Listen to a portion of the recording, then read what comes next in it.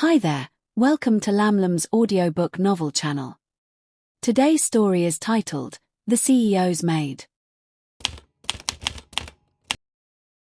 Chapter 13. Suspicion and Signals. The morning air at the estate was unusually tense. The clinking of cutlery and the muted sound of birds outside couldn't drown out the silence between Emily and Damien as they sat at the breakfast table.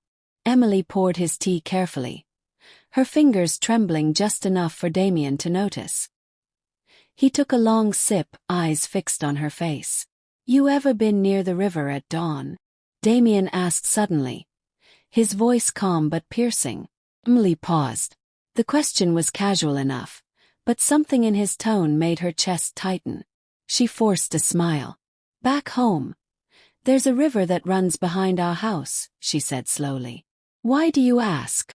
Damien gave a shrug. "Just remembered something. Once, during a cruise, I almost drowned. Someone pulled me out. I never saw her face properly, but I remember how her hands felt, firm but shaking." Emily dropped the teaspoon. It clattered against the ceramic plate. She bent quickly to pick it up, mumbling an apology.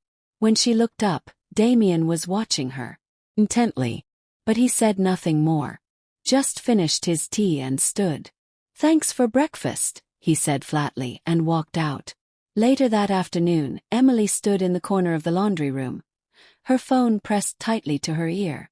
Her mother's voice came through in hushed frustration. "Someone came around yesterday asking questions," her mother whispered. "Some man with a camera. He asked the neighbors too." Emily's breath caught in her throat. "What kind of questions?" "About the rescue night. About you." "I told him nothing, but now people are talking again. And your father. He's getting worse." Emily. Guilt surged through her like a wave. "I'll send more money, I promise. I need to keep this job." Her mother sighed. "I hope that job is worth all this secrecy."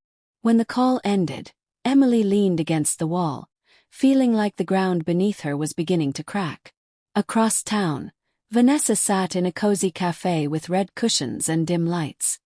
Her smile didn't quite reach her eyes as she took the envelope the investigator slid across the table. Inside were photos of Emily's hometown, a photocopy of her secondary school ID, a medical report belonging to her father, and a yellowed newspaper snippet with a blurry headline. "Mystery Girl Saves Billionaire. Disappears into Thin Air."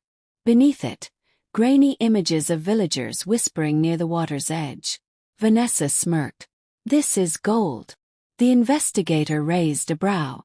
"You sure you want to go through with this?" She leaned forward, lips curled into a slow grin. "Absolutely. Send it to all the major gossip accounts.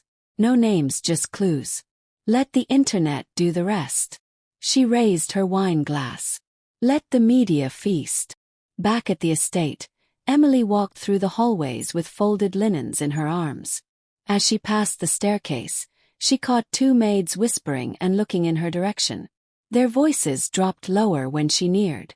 She pretended not to notice, but her heart thudded in her chest. A strange feeling settled in her stomach, like being watched or hunted.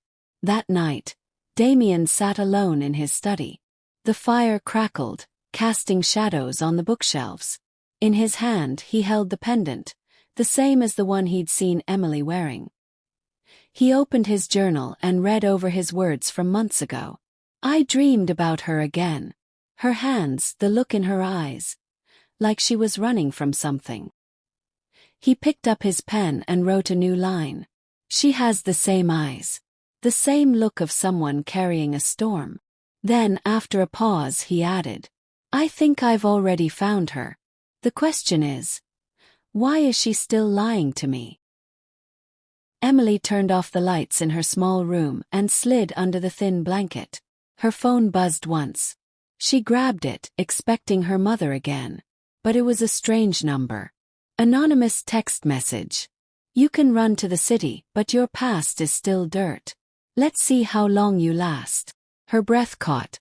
Her fingers trembled as she clutched the phone to her chest. In the darkness, her fear grew heavier, louder than the crickets outside. Thanks for listening to Lamlam Audiobooks. If you enjoyed this chapter, don't forget to like, comment, and subscribe for more episodes. New chapters drop every Monday, Wednesday, Friday, and Sunday at 9 a.m. Stay tuned, because in this story, nothing is ever what it seems. Until next time, keep listening.